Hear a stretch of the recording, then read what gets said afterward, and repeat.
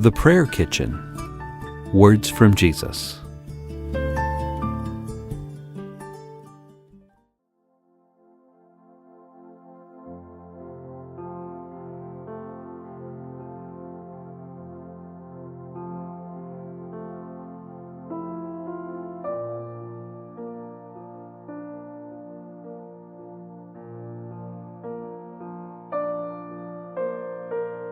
Praying for the people in your life is one of the absolute best things you could ever do for them. It's the most effective way to influence someone's life. When you pray, I work. When you pray, my hand moves in their life. And my influence, my words, and my ways are more powerful than yours. So don't be discouraged if prayer is all that you can do for someone you care about. Even if your friend or loved one is not close to me, prayer is not the last resort, but the best resort. When you pray for the people in your life, you are drawing on the bank of heaven on their behalf. You are making them eligible to partake of heaven's wealth. Even if all you can do for a loved one is pray, you can still heave a sigh of relief, because then it's in my hands. When you pray in full faith, nothing is impossible if you believe.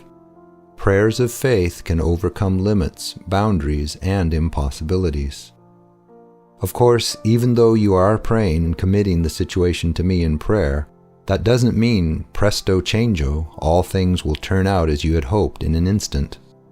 My miracles, and especially my miracles of hearts and lives changed, often take time. In some ways, I'm a bit like a chef when it comes to working in people's lives and turning their hearts and spirits toward me. I work thoroughly, which sometimes means slowly. I take out all my ingredients. I chop and blend and mince and saute and slice and mix and pour and taste. It's an intricate process, working in the kitchen of changing lives. It's an art, something that must be done right and carefully. Something that cannot be rushed or steps would be missed and the outcome would not be as delectable. Sometimes you and I work in the kitchen together, as there are jobs that you can do. You chop and I fry. You wash and I mix. It's always enjoyable for me to work with you in changing a life and heart. But there are times when I know the job will be done more beautifully and accurately if it's left up to me, if it's in my court. If, through your prayers, you give all the ingredients, utensils, and stove space to me so that I can work freely. During such times, I don't want you to worry that the life that you're praying for won't change, that your friend or loved one will never come to accept me. Neither do I want you to worry that the process isn't going quickly enough. Trust me no matter what the situation looks like to you. Trust that in my time I'll call you into the kitchen to check out the progress or to taste the final outcome.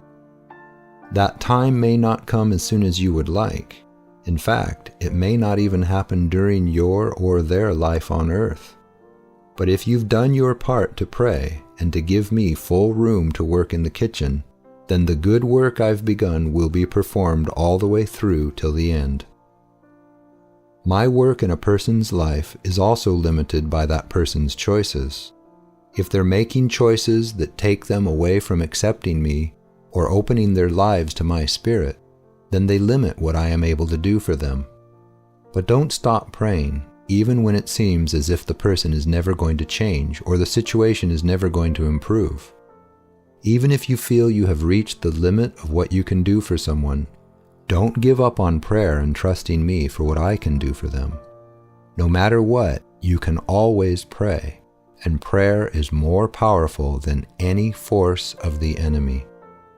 So keep holding on to those that you care about through prayer. Keep working through your prayers and asking me to perform wonders in people's lives.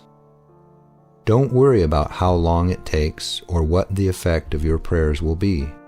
That's my job. My job is to bring the increase, the outcome, and the desired fruit. Your job is to pray. Never give up on prayer. Your prayers will result in lives and hearts changed for my glory and for my kingdom.